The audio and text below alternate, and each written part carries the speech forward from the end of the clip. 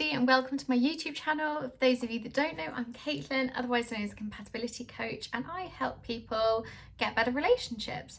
And today we are going to be talking about a topic that is super relevant for my clients and I hope will be of interest to you, because it's not something I think that's perhaps discussed as much as it should be, but this is looking at independence in relation to self-defense or a coping mechanism or a trauma response.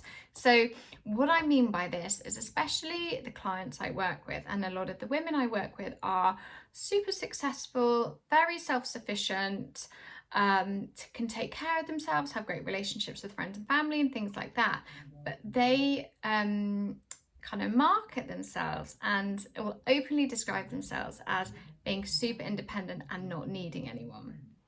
So what I see is a lot of the time when we get into the habit or we start to describe ourselves as not needing anybody, especially not needing a relationship, never asking anyone for help, never depending on anybody or relying on anybody, actually what is kind of masked as something good can sometimes be based on an innate survival response that is born of past events and what we might have experienced so far, and often relates to perhaps the wound of abandonment or something like that. So when we have a little wound, either from childhood or formative relationships, or kind of a traumatic experience such as bullying, or which again isn't talked about as enough perhaps, or a dissolution of friendship or something like that, it can often leave us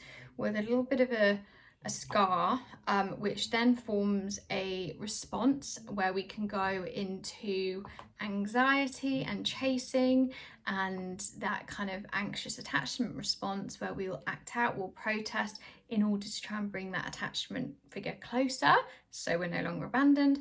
Or it can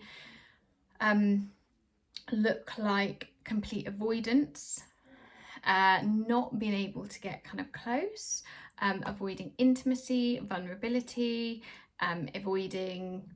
pretty much trying to avoid being hurt or rejected, right? So we can see kind of how a trigger or something happening to us can result in certain defense mechanisms.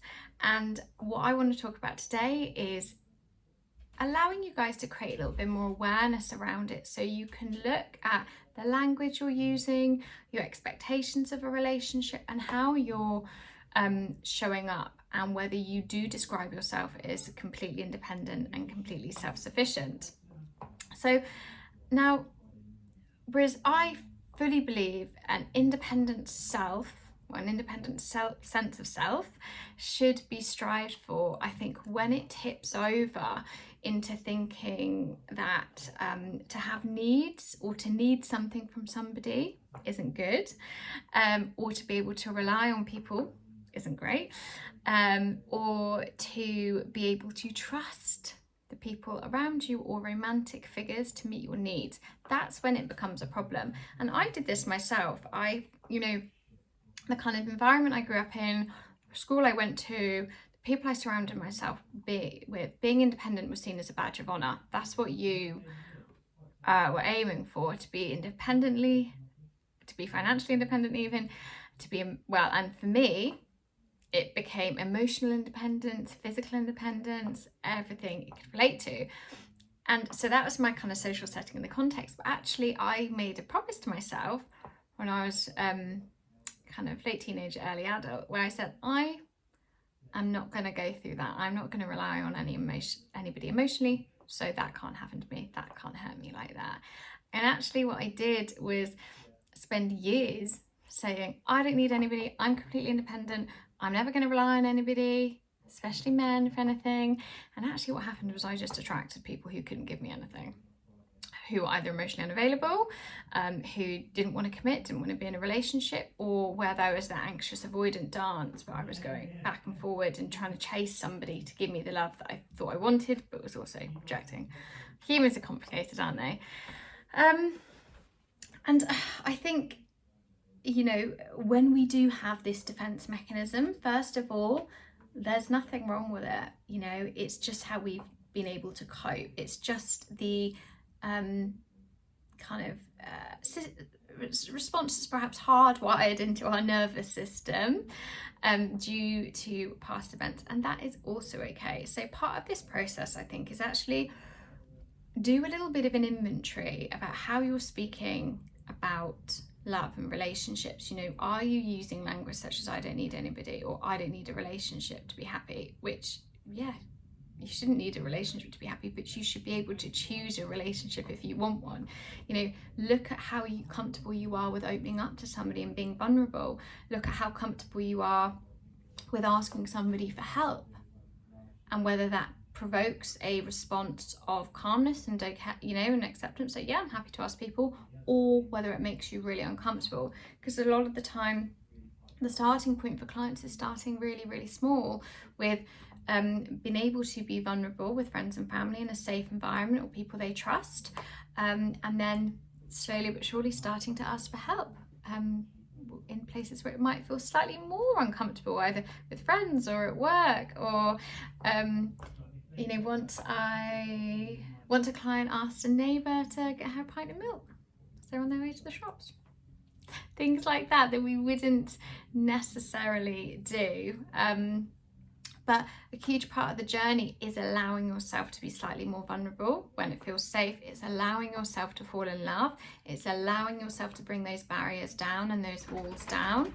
And it's practicing setting boundaries. It's practicing asking for what you need. That is a huge, huge, huge part of the relationship journey. So I really do encourage you, if that kind of independence or hyper-independence and not wanting to be vulnerable at all, not wanting to ask for help, if that tends to be where you go, your pattern, that's also going to be your blind spot. So that's what we would need to work on. So yeah, what else do I want to say? Some journaling questions if you want them. You can start to kind of ask yourself this to get you thinking, but one question is, where did you begin to form the belief that love is when people can't show up for you? In what way is it safe for you to date people who perhaps aren't available or can't meet your needs, or whether you're chasing? By avoiding a deeper connection and for somebody to see you as the real you and who you are, what are you protecting? That's quite a big one. And what else have I got on my little list?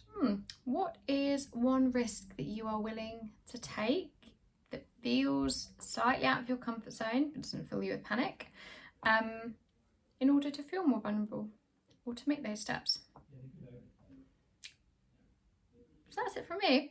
And I'll just finish on by saying, for me, again, this isn't about saying you don't want to be independent. That's not what I'm saying. But for me, independent is knowing yourself well enough to choose to be vulnerable, to choose to rely on people, to choose to trust. That for me is having a really strong sense of self, being independent. It's not a defense mechanism. It's a choice we make on a daily basis, because ultimately we know we're going to be okay. That's independence for me. So I hope that helps. Bit of a random topic, one I find absolutely fascinating. And please do rate, subscribe, review. And as always, if you would like to chat about, sorry, my dog is pushing my chair, chat about what's going on in your love life, I have a 30-minute discovery call that's free of charge that you can use, and you can inquire to work with me on my website, which is www.thecompatibilitycoach.co.uk, and I'll link it in the notes. Or you can email me at caitlin@thecompatibilitycoach.co.uk, and I'll see you next week.